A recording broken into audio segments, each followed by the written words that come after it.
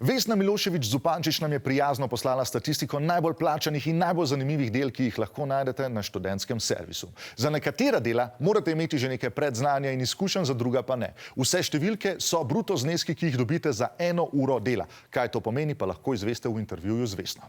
Najbolj plačana dela so povezana s poučevanjem ali inštruiranjem, kjer lahko zaslužite tudi 9 evrov na uro ali več. Različni vaditelji in trenerji plavanja služijo okrog 8,5 evra na uro, medtem ko računalniški programerji se gibajo nad 8 evrov ali več.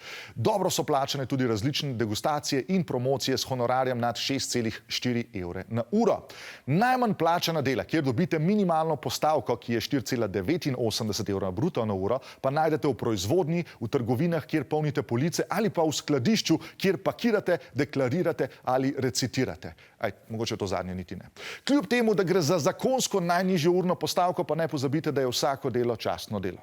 Med najbolj zanimivimi oglasi za delo, ki so nam jih priskrbeli na študentskem servisu, pa so se znašli maskota lipicanca in ja, tukaj mislim konja, sodnik na Beyblade turnirju, kjer, če ne veste, kaj je to, potem ste prestari za to delo, ter igralka za Mojco v Kekčevi deželi v Kranjski Gori, kjer, če ne veste, kdo je to, potem ste premladi za to delo.